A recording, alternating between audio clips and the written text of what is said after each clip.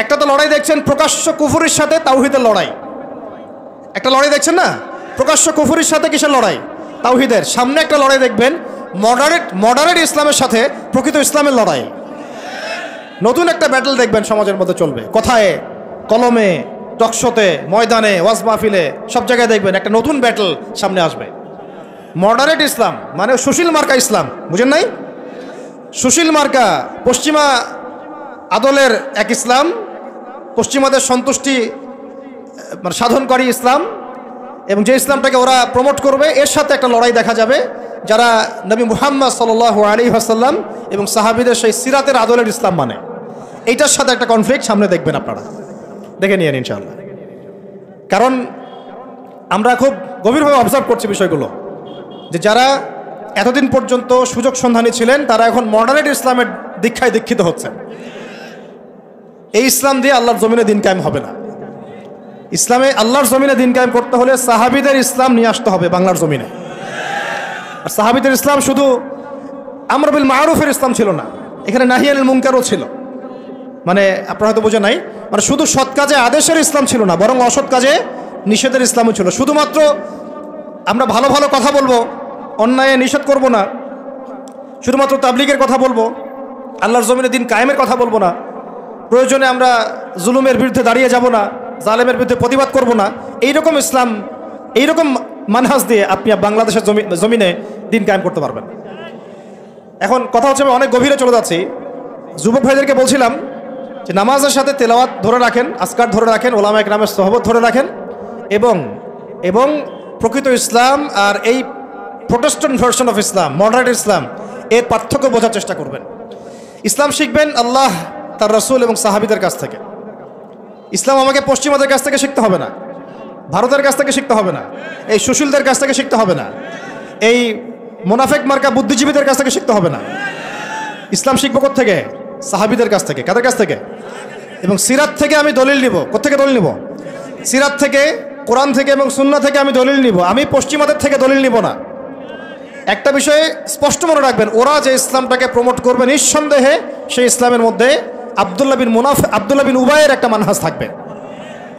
ওদের ইসলামের সাথে আব্দুল্লাহ বিন উবাইয়ের মানহাজ জড়িত থাকবে। খবরদার এই ট্র্যাপে পা দিবেন না, আল্লাহ পাক আপনাদেরকে হেফাজত করেন, আমিন। আমাদের সমাজের এই সংকটগুলা, যে বড় বড় লেভেলের সংকটগুলো, এগুলোকে যদি আমরা দূর করতে চাই, তাহলে আল্লাহর কসম করে বলছি, রাষ্ট্র ব্যবস্থায় পরিপূর্ণ ইসলাম কায়েম না হওয়া পর্যন্ত আমরা পরিপূর্ণ স্বাধীনতা অর্জন করতে পারবো না। এইটা একদম নিজের মধ্যে সূরা ফাতিহার মতো মুখস্থ করে নেন। যতই আমরা জনবল দেখাই না কেন, যত মাহফিল করেন, যত প্যান্ডেল নিয়ে আসেন, হ্যাঁ, যত আপনি স্লোগান দেন, আরও তো অনেক কিছু করছি আমরা, ঠিক আছে, কাজ তো ভালো, আলহামদুলিল্লাহ, কোনো সমস্যা নাই। বাট এই কাজগুলো ভাটা পড়ে যাবে যদি উপরের লেভেল ইসলামকে নিতে না পারি আমরা। এমনকি মসজিদের মধ্যেও আমরা স্বাধীন থাকতে পারবো না যদি আমরা রাষ্ট্র ব্যবস্থা ইসলামকে নিতে না পারি। গত 10 বছর দেখেন নাই, জুমার খুতবা কি দেওয়া হবে সেটার উপরে চাপ প্রয়োগ করা হয়েছে। ওয়াজ মাহফিলে কি বলবেন, কি বলতে পারবেন না, তার উপরে আপনাকে নজরদারি করা হয়েছে। আমরা তো এমন একটা হালতে ছিলাম যে বাসায় ঘুমালেও বাসার বাইরে ওই গোয়েন্দা সংস্থার লোকজন বসে থাকতো, কোথায় যায়, কি করে, কার সাথে ফোনে কথা বলে, কে তাকে কল দেয়, যে কল দিল তার সাথে এর কী সম্পর্ক। আমাদেরকে কল দিলে তো মানুষই বিপদে পড়তো আর কি, কল দিয়ে তারাই বিপদে পড়তো, কার সাথে দেখা করে, কে বাসায় আসতেছে, কে যাচ্ছে। এই যে একটা, মনে আছে দাজ্জাল যে দ্বীপে বন্দী আছে, একটা হাদিস আছে না, একটা যে তামিম দারি রাদিয়াল্লাহু আনহু হাদিস, প্রথমে একটা প্রাণীর সাথে দেখা হয়, সেই প্রাণী জিজ্ঞাসা করে যে তোমরা কোথেকে আসছো, মনে আছে হাদিসটা? তো ওই প্রাণী নিজের পরিচয় দিয়েছিল কি, যে আমি জাসাস, আমি কি জাসাস, আমি কি জাসাস, আমি হচ্ছে গোয়েন্দা। জানি না এই হাদিসের আসলে তাবিল এখন আমার জানা নাই, আল্লাহ ভালো জানেন, আমি এখনও শিখছি। কিন্তু এখন খেয়াল করে দেখেন, পুরা যে সভ্যতাটা চলছে, এরা যেভাবে তাওহীদপন্থী মুসলিমদেরকে এইভাবে গোয়েন্দা সংস্থাদের আওতায় নিয়ে আসছে, উঠতে বসতে চলতে ফিরতে তারা আপনাকে নজরদারির মতো রাখতেছে, ঠিক দাজ্জালের ওই জাসাসার মতো। কথা হচ্ছে যে আমি মসজিদেও স্বাধীন থাকতে পারবো না যদি আমরা উপরের লেভেলের ইসলামকে নিতে না পারি, শক্তিশালী হতে না পারি। এই যে একটু আগে বললাম সুদের কথা, আপনি সুদভিত্তিক অর্থ ব্যবস্থাকে বন্ধ করা তো দূরের কথা, বন্ধ করা বহু দূরের কথা, এখানে সংস্কার আনতে পারবেন না যদি আপনি রাষ্ট্র ক্ষমতা ইসলামকে নিতে না পারেন। শিক্ষার কথা বলি, দুটো লাইন বলি। শিক্ষার যা দুরবস্থা চলছে, এই দুরবস্থায় উচিত ছিল দেখেন প্রাইমারি স্কুলেই আমাদের বাচ্চারা কোরআন তেলাওয়াত শিখে যাবে।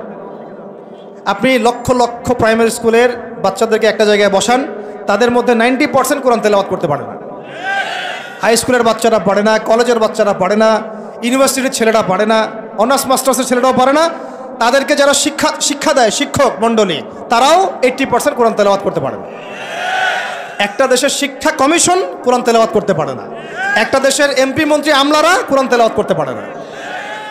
ইল্লা মাশাআল্লাহ, ইল্লা মাশাআল্লাহ। যারা শিখেছে তারা কিন্তু রাষ্ট্রীয় শিক্ষানীতির মধ্যে, সিলেবাসের মধ্যে শিখে নাই।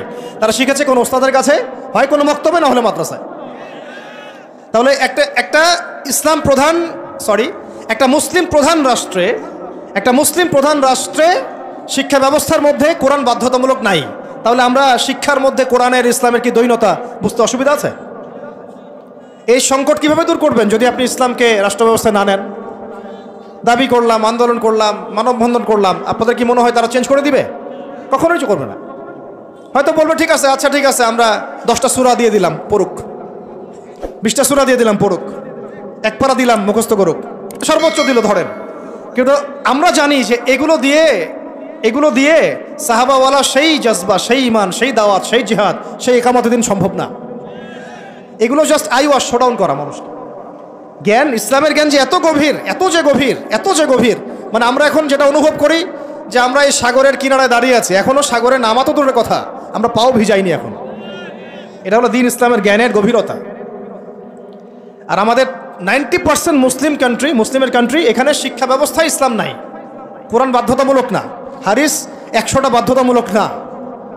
20 বছর পড়াশোনা করে আমাদের ভাইরা 20টা সূরাও শিখে না।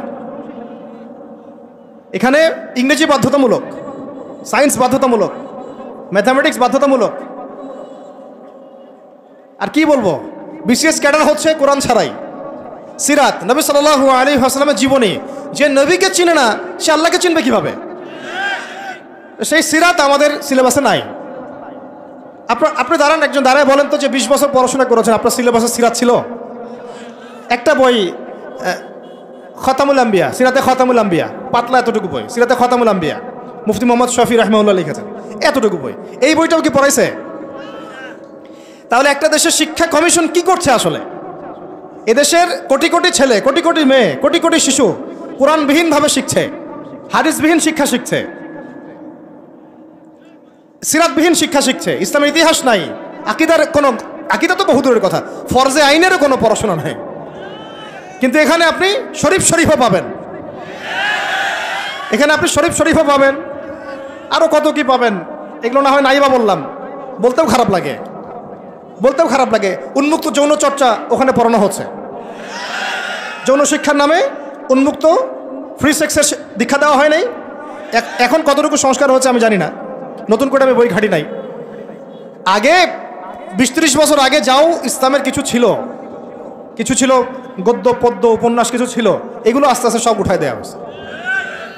খেয়াল করে দেখেন। তাহলে এটাকে পরিবর্তন আনার জন্যে শুধু কি মানববন্ধন যথেষ্ট হবে? ওয়াজ মাহফিলে আমি যে বলছি আমার বলাটা কি যথেষ্ট হবে? এরা শুনেও শুনবে না, দেখেও দেখবে না। আমি বলে দিচ্ছি আপনাদেরকে, যদি সেকুলাররা উপরে থাকে, এই তথাকথিত সুশীলরা, এই রাম বাম প্রগতিশীলরা, এরা এই কথাগুলো শুনে বিশ্বাসও করতে পারে, হ্যাঁ এটা সত্য কথা বলছে ছেলেটা, কিন্তু ওরা কিছুই করবে না। কারণ কিছু বললেই দুটো শব্দ, কিছু বললে নাকি ওদের আব্বু মাইন্ড করবে। ওদের চিন্তাটা এরকম, কিছু বলবো না, বলা যাবে না, কিছু করা যাবে না, সংস্কার করা যাবে না, কিছু বললে আব্বু মাইন্ড করবে। আব্বু কারা? পশ্চিমারা। আব্বু কারা? পশ্চিমারা। আবার এখন বলছে কিছু বললে আম্মু মাইন্ড করবে, আম্মু বকা দিবে। হ্যাঁ, আপনারা কেন মব সন্ত্রাস করতেছেন, মবক্রেসি করতেছেন? আসলো না কিছু কথা কয়দিন আগে? কিছু বললেই, মানে হুজুররা কিছু বললেই ভারত চেতে যাবে, ভারতের মিডিয়াতে তোলপাড় হবে। হ্যাঁ, বাকি আপনারা যদি আন্দোলন করেন, সংগ্রাম করেন, অভ্যুত্থান ঘটান, তাহলে কোনো সমস্যা নাই। হুজুররা বললেই সমস্যা। এটার কারণ একটাই, এই পৃথিবী 2 ভাগে ভাগ হয়ে গেছে। মনে রাখবেন, এই পৃথিবী 2টা শিবিরে ভাগ হয়ে গেছে, সামনে আরও যাবে। একটা ঈমানের শিবির, একটা কুফুরের শিবির। মাঝখানে কিচ্ছু নাই, মাঝখানে কিছু মুনাফিক থাকবে, এরা কাফেরদের সাথেই থাকবে। আপনারা এই হাদিসটাও পড়বেন, শেষ জামানে যখন দাজ্জাল বের হবে, মদিনার উপকূলে সে পৌঁছাবে, দূর থেকে দেখে বলবে যে ওইটা আহমদের মসজিদ সাল্লাল্লাহু আলাইহি ওয়াসাল্লাম। আহমদ মানে কে? মুহাম্মদ সাল্লাল্লাহু আলাইহি ওয়াসাল্লাম। তো সে ওখানে যেতে পারবে না, ফেরেশতারা দাঁড়িয়ে থাকবে খোলা তরোয়াল নিয়ে পাহারা দিবে। তো সেখানে সে আঘাত করবে আর কি, এটা ভূমিকম্প হবে।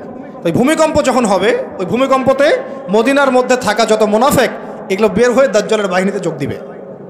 মানে পৃথিবীর শিবির আস্তে আস্তে দুই ভাগ হয়ে যাবেই, ইমানের শিবির এবং কুফুরের শিবির। মাঝখানে কোনো আর দল থাকবে না, কিছু মুনাফিক থাকবে, এরা কাফেরদের সাথেই যুক্ত হবেই শেষমেশ।